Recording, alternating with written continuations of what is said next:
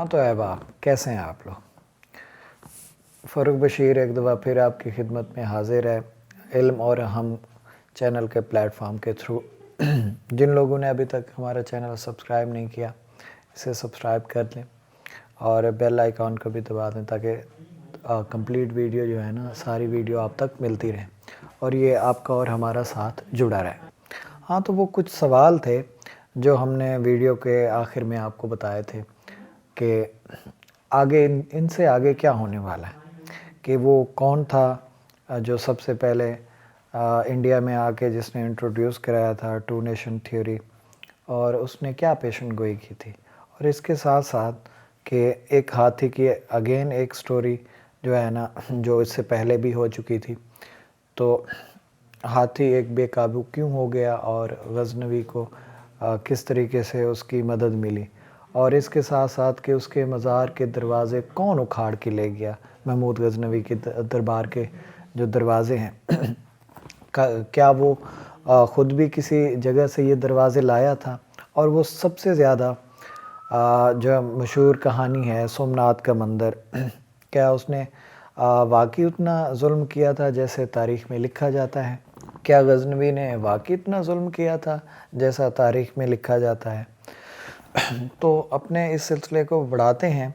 تو 1001 میں ایک دفعہ پھر محمود غزنوی جو ہے نا جے پال سے جنگ کرنے کے لیے آیا۔ اب کی بار جو ہے نا جے پال ثانی اور انند پال جو ان کے پوتے تھے ان سے ان کی لڑائی بھی ہونی تھی۔ تو پہلے تو محمود غزنوی پہنچا اگین پشاور والی سائڈ پہ، وہی لغمان والے ایریا میں۔ 1008 میں یہ لڑائی شروع ہوئی اور ایک شدید قسم کی یہ لڑائی ہوئی، 40 دن لڑائی یہ جاری رہی، اور محمود غزنوی نے اپنے کیمپ کے ساتھ ساتھ پہلے اس کے ساتھ خندق کھودی تاکہ دشمن کا وار جو وغیرہ ہے نا، اور یا وہ دشمن اس خندق کو پار کر کے جیسے ہی آئے گا تو زیادہ تر فوجیوں کو خندق میں ہی دبوچ لیا جائے گا۔ اب 40 دن یہ ایک دوسرے کے آمنے سامنے کھڑے رہے۔ اب 40 دن کے بعد غزنوی کی فوج سے ایک دفعہ تیروں کی بارش ہوئی راجپوتوں کی فوج پہ، ہندوؤں کی فوج پہ۔ تو جیسے ہی بارش ہوئی تو جواب بھی بہت زیادہ شدید قسم کا آیا، اور ہندوستانی فوج جو ہے نا وہ بھی اب کیونکہ وہ تھی بہت زیادہ تعداد میں، جیسے جے پال اپنے دوسرے جو سلطنتیں تھی ساتھ میں اجمیر اور دوسری کلونج وغیرہ کی، اور دہلی سلطنت اور اس کے ساتھ والے گجرات کے ایریا والے، ان سب سے مدد لیا کرتا ہے۔ ایک دفعہ پھر ان کے پوتے اور ان کے بیٹے نے بھی ایسا کیا کہ نیشنلزم جگا کے وہاں سے فوج وغیرہ لے آئے، اور بہت بڑی تعداد میں فوج لے آئے۔ تو ان کا مقابلہ بھی غزنوی سے ایک مرتبہ پھر تھا۔ جیسے ہی یہ فوجیں ایک دوسرے کے آمنے سامنے آئیں اور لڑائی جتنی ہی شدید ہوتی گئی تو اس میں بہت زیادہ نقصان جو تھا نا وہ راجپوت فوج کو ہوا، اور ساتھ ساتھ جو ہے نا دوسرے جو پنجابی اس ایریا کے لوگ تھے ان کو بھی بہت زیادہ نقصان اٹھانا پڑا۔ اس میں غزنوی کو کامیابی ملی اور وہ سارا خزانہ وغیرہ جو تھا نا وہ لوٹ کے غزنی لے گیا۔ تو دیکھنے والے بہت زیادہ حیران ہوئے کہ اتنا زیادہ خزانہ آیا کہاں سے۔ اس کے ساتھ ساتھ سید محمد لطیف لکھتے ہیں کہ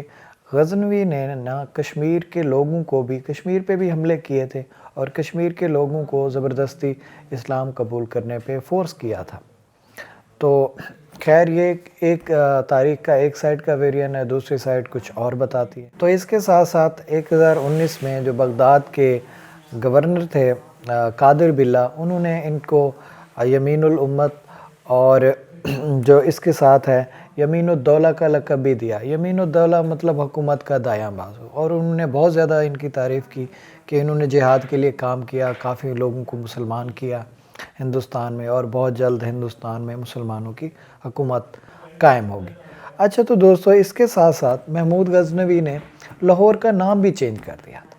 اپنے ہی نام سے انہوں نے محمود پور اس کا نام رکھ دیا۔ ایک اور جو سب سے بڑی کہانی ہے جس کی وجہ سے محمود غزنوی بہت زیادہ مشہور ہے اور انہیں آئیکانو کلاسٹ بھی کہا جاتا ہے، مطلب بت شکن بھی کہا جاتا ہے،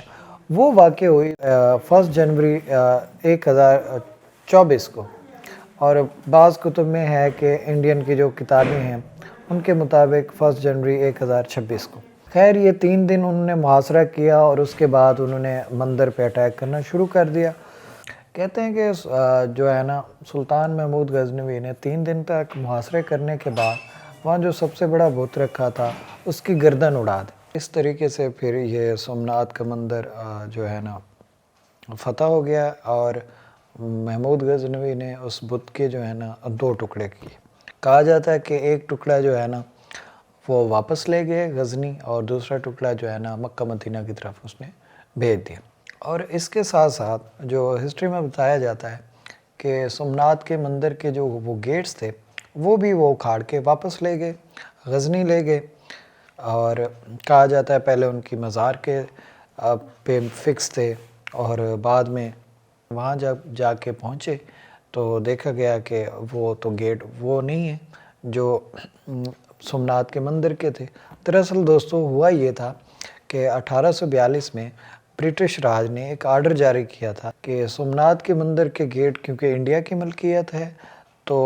یہ انڈیا کے پاس ہی ہونے چاہیے۔ تو ان دنوں انگریزوں اور افغانیوں کی لڑائی بھی جاری تھی، تو انگریزوں نے جیسے ہی کابل پہ اٹیک کیا تو وہ یہاں پہ تو انہوں نے ان کے مزار سے جو ہے نا وہ جا کے گیٹ بھی اتار لیے، اور یہ آج یہ گیٹ جو ہے نا آگرہ کے ایک فورٹ پہ لگے ہوئے ہیں۔ اور اس کے ساتھ ساتھ 2 سوال یہ بھی تھے کہ آخر سلطان کو کیا دولت سے پیار تھا؟ اگر اتنا پیار تھا تو وہ پھوٹ پھوٹ کر رونے کیوں لگے؟ دوستو دراصل ہوا یہ تھا کہ سلطان کے آخری دنوں میں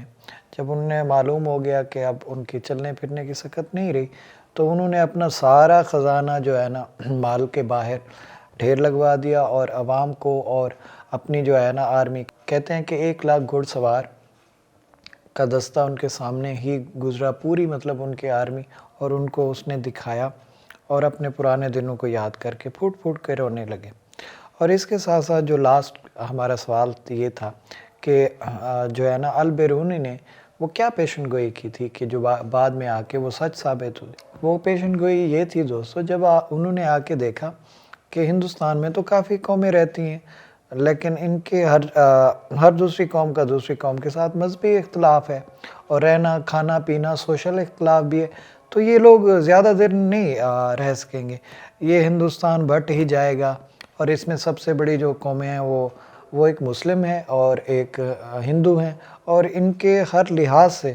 ایک دوسرے کے ساتھ بہت زیادہ اختلافات ہیں۔ یہ جو تھے نا البیرونی صاحب نے